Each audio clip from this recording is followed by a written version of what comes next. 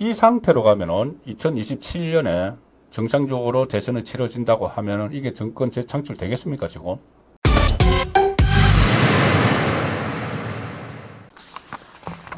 자, 알스라투데이 지명 심층 분석 세 번째 기사인데, 이 세 번째 기사가 제가 오늘 어떻게 보면은 말씀드리려고 하는 핵심적인 내용 뉴스가 있습니다. 제가 썸네일에 이재명 페이스에 말리면 끔찍한 일 일어난다. 무엇? 이렇게 말씀을 드렸죠. 저는 이 부분을 가장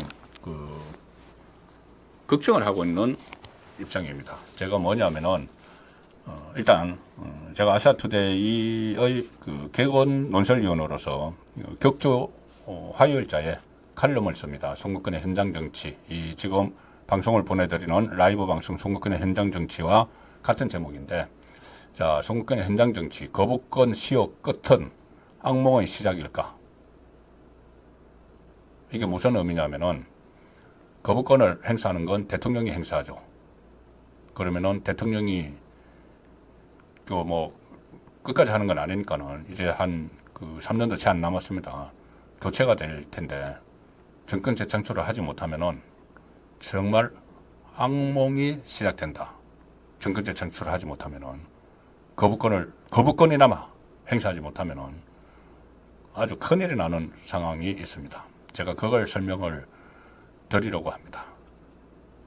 자, 일단 이 윤석열 대통령이 우리 헌법에 보장된 법안 거부권, 제2요구권을 취임 후 지금 2년 남짓 됐는데 2년 5개월이 됐죠. 24번을 행사했습니다.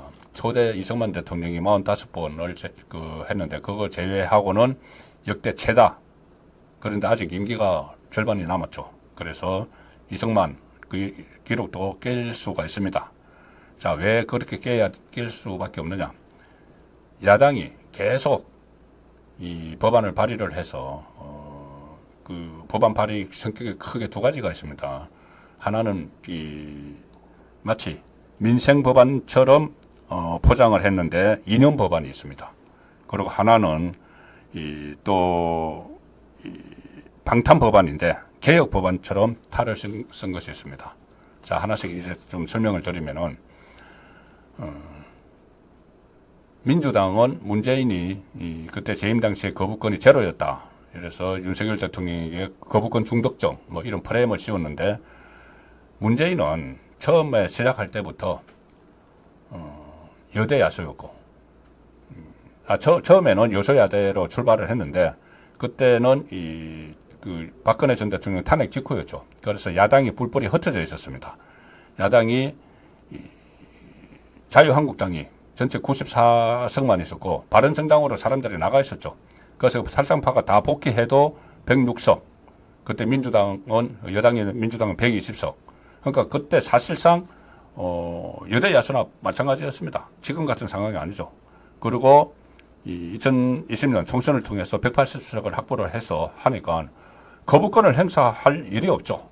같은 여당에서 다 이제 법안을 다수당이 전반기에는 사실상 다수당, 후반기에는 절대적 다수당이 돼서 법안을 처리를 하니까는 거부권을 행사할 일이 없습니다. 그러니까 거부권 제로죠.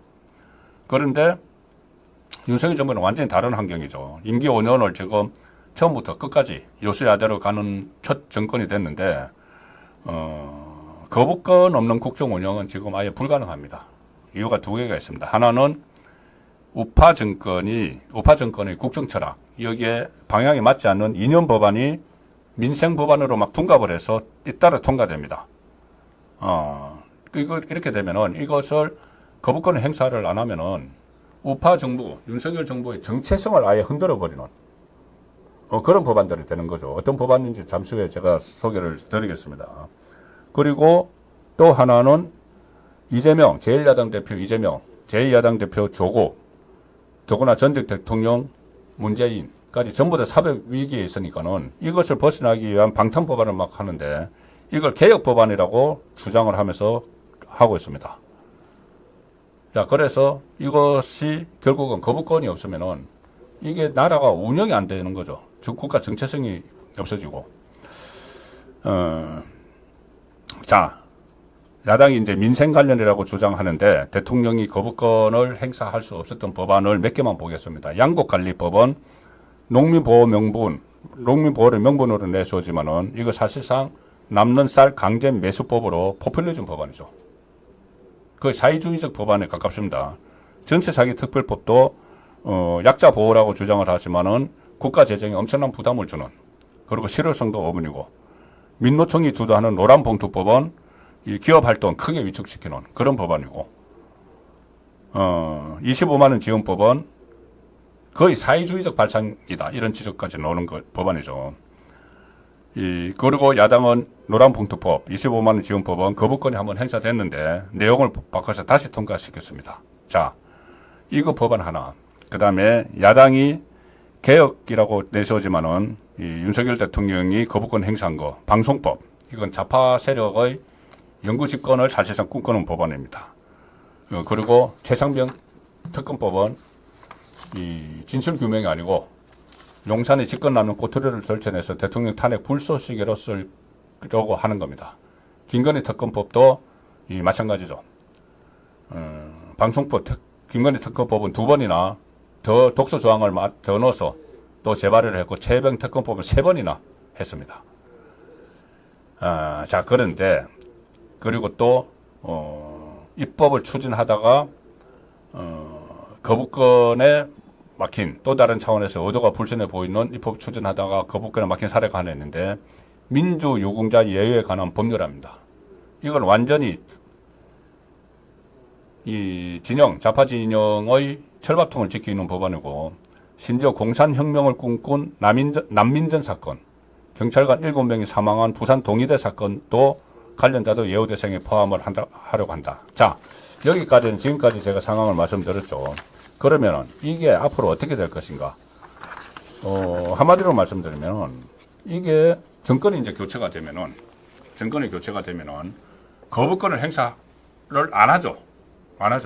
민주당 대통령이, 좌파 대통령이 들었으면은 다수당이, 민주당이 이런 사회주의적인 법안들을 막 제출을 하고 해도 거부권을 행사 안 합니다. 왜냐하면 자기 팬들이 하는 거니까. 자, 그러면 어떻게 되느냐? 지금 윤석열 대통령 임기가 언제까지죠? 2027년 5월까지입니다. 2027년 5월까지 임기죠.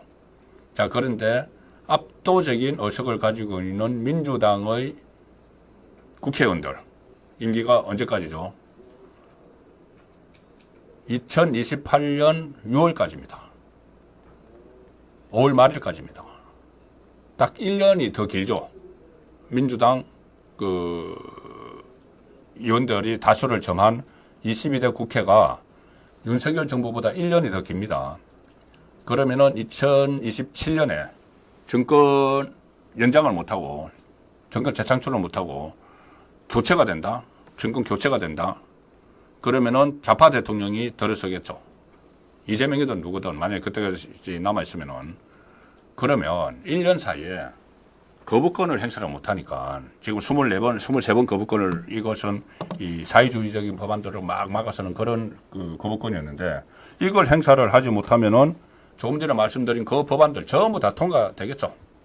다 통과되면은 그 사회주의적인 성향이 있는 법안들이 막 통과가 되는 겁니다.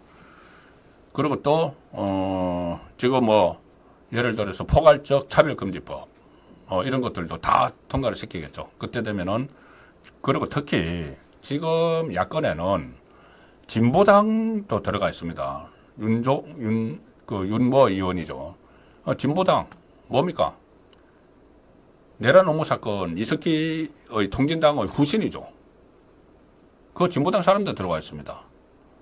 그리고 제가 말씀드렸다시피 정말 어떤 국가의 장래나 이런 것보다는 그냥 정치 투쟁만 하던 사람들이 국회의원 배지 달고 줄줄이 들어와 있죠. 이 사람들은 무슨 법안을 만들어서 통과시킬지 모릅니다. 1년 동안 그 사회주의적인 법안들을 막 통과를 시키겠죠. 그래서 제가 이게 거부권의 끝이 악몽의 시작이 될 수 거부권의 시효. 대통령 임기 중에만 시효죠. 그 끝이 이제 악몽의 시작이 될 수 있다는 이야기고, 여기다 더 하나 있습니다. 정말 집중을 해야 될 것이. 2027년까지 안 갈 수도 있다는 이야기죠. 안 갈 수도 있다. 이재명 조국이 본인들의 구속 위기에서 벗어나기 위해서 지금 탄핵을 이재명 그제 이야기했죠. 대통령 끌어내려야 한다고 이야기를 했죠. 그래서 지금 탄핵 전국을 완전히 조성을 하고 있습니다. 조국하고 같이. 그러면은 만에 하나 뭐 조기 대선이 치러지면은 그 기간이 엄청 더 길어질 수도 있습니다. 조기 대선이 치러져서 좌파가 집권을 하게 되면은 지금 뭐 10월 위기설, 그러니까 이재명의 11월 위기설이 있으니까는 10월 위기설까지 나옵니다. 윤석열 정부의 10월 위기설까지. 11월 가기 전에 엎어버리자. 이런 말까지 지금 좌파 진영에서 하고 있는 상황인데 이걸 지금 심각성을 제대로 느끼지 못한다. 이건 엄청난 문제죠. 그리고 탄핵이 안 되더라도, 그러니까 탄핵이 안 돼서 조기 대선이 치러지지 않더라도 이 상태로 가면은 2027년에 정상적으로 대선이 치러진다고 하면은 이게 정권 재창출 되겠습니까, 지금? 윤석열 대통령 지지율. 그리고 지금 겨우 임기 반환점을 도는 시점에 20%대에서 왔다 갔다 하는 이 지지율. 그리고 여당 대표와의 충돌, 끊임없는 충돌. 그리고 다음 대선 때까지 이 소수 여당으로서 제대로 뭘 하나 활동도 하지 못하는, 법안 하나 제대로 처리하지 못하는, 수비에만 급급한, 수비도 제대로 하지 못하는 이 상황으로 가서 정권 재창출 하겠습니까? 정권 재창출 어렵죠. 그러면은 조금 전에 말씀드린 그런 상황이 벌어지는 것이 더욱 현실이 된다는 겁니다. 지금 이재명 조국이 이렇게 탄핵 정국을 만들어서 조기에 대통령을 끌어내려서 정권을 잡으면은, 좌파가 집권을 하면은, 지금부터 하면은 몇 년 동안입니까?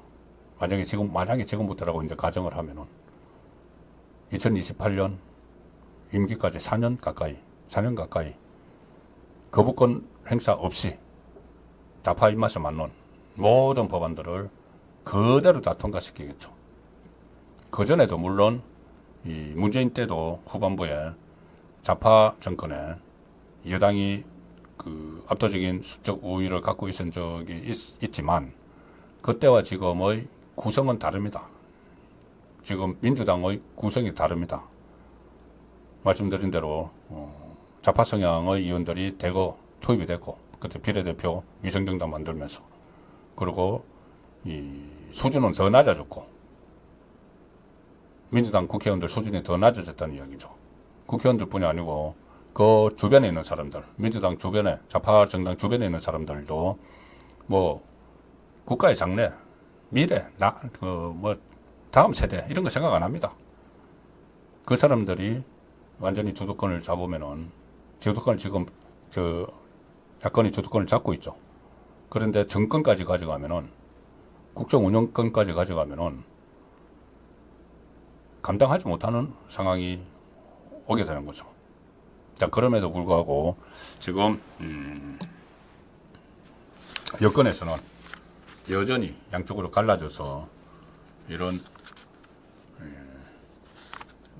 내부를 향해서 총뿌리를 겨누는 그런 상황이 눈에 보이고 있습니다. 저도 최근에 이 국민의힘 의원들을 이렇게 취재하느라고 이렇게 만나보면은 설마 탄핵까지 가겠나? 우리 탄핵까지는 안 갈 거야. 그런 이야기를 합니다. 그런데 뭐 박근혜 정부 때는 처음부터 뭐 여권 내부에서 탄핵 가야 된다고 이야기했습니까? 여권 내부에서 이 상황에서 지금 어떤 일이 이제 벌어질지도 모르는데 만약에 이 정권 교체가 되면은 언제가 됐든 정상적으로 대통령 선거가 치러지는 시점이 됐든 조기 대선이 됐든 특히 이 민주당이 완전히 국회를 장악하고 있는 상황에서 거부권도 행사 못하고 속수무책으로 나라가 한쪽으로 완전히 기울어지는 그런 상황이 될 텐데 지금 이렇게 여권의 모습은 참으로 민망합니다. 그래서 제가 끝을 이렇게 맺었습니다. 제 기사를 자꾸 소개드려서 좀 민망하긴 한데, 결국 우파 진영이 정권 재창출에 실패하면은 완전히 기울어진 운동장에서 국민이 살게 될 판이다. 그 악몽이 더 빨리 시작될지도 모른다. 사법위기가 최고조에 달한 2명의 야당 대표, 이재명과 조국이죠. 대통령 탄핵을 통한 조기 대선을 꿈꾸고 있기 때문인데, 그런데 좌파의 그런 꿈을 깨야 할 우파는 다가올 악명을 외면한 채 두 갈래로 쪼개져 있다. 사태의 심각성을 좀 느껴야 하는 국면까지 왔습니다.